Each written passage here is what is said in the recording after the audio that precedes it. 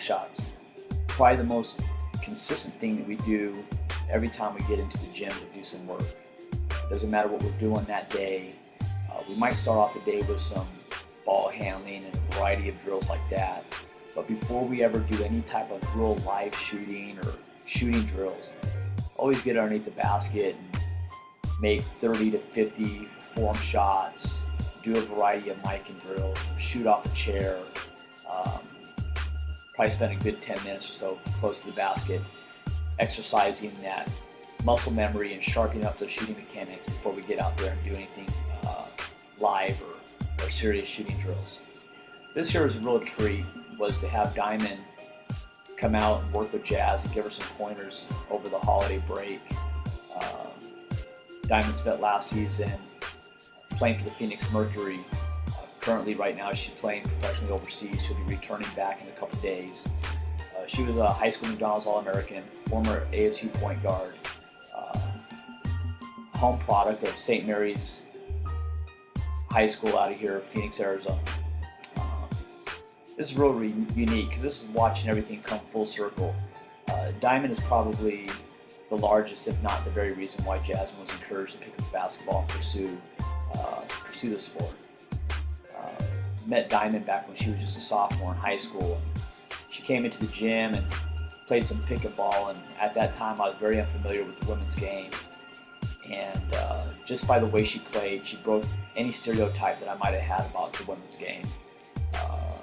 She played very aggressive. She had a great Allen Iverson type crossover, hesitation move, quick jumper. She could get to the basket and finish with contact. Just a tremendous athlete, actually a very tremendous person.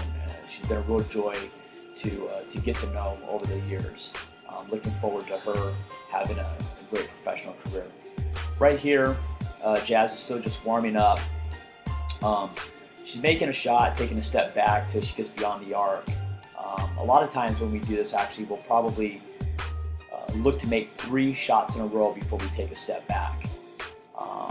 Again, just always exercising those that muscle memory, refining the shot mechanics, making any corrections on the shot that we possibly can. Right here, I think the best place to do that is close to the basket and in kind of a structured environment.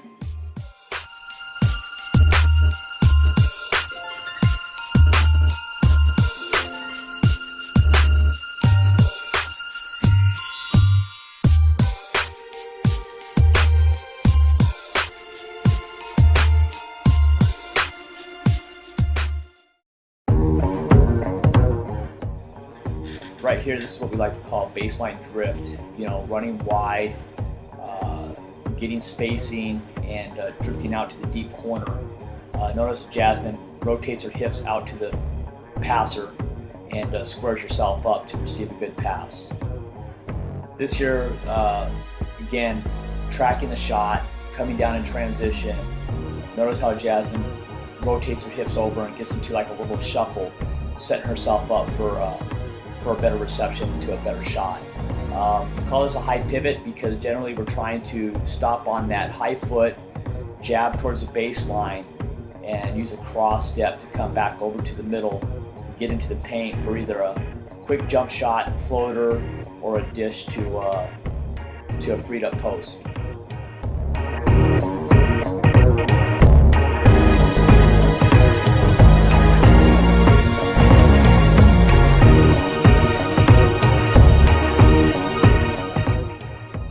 Here we see transition basketball, post player coming down in transition, trailing the play, and the point guard, either by design or reading the defense, is going to change direction, bring the ball back over to the middle, and use the lane of the post player trailer as a screen.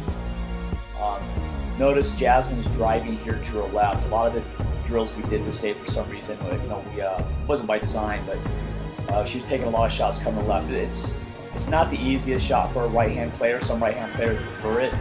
I'm a big proponent of the 1-2 step as versus the jump stop. So we work really hard on dropping that inside foot, which in this case is her right foot, and stepping into her shot. But not always the easiest shot for a right-hand player. Right here, some more pick and roll action.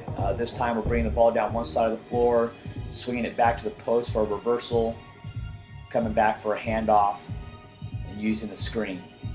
This is great to use against teams that like to hedge hard or switch or trap pick and rolls. Catches them off guard, and it's basically kind of like a reset in your screen, screening again. Again, great if you got a post player that can come out and help and hedge, because you're basically get a double screen on them.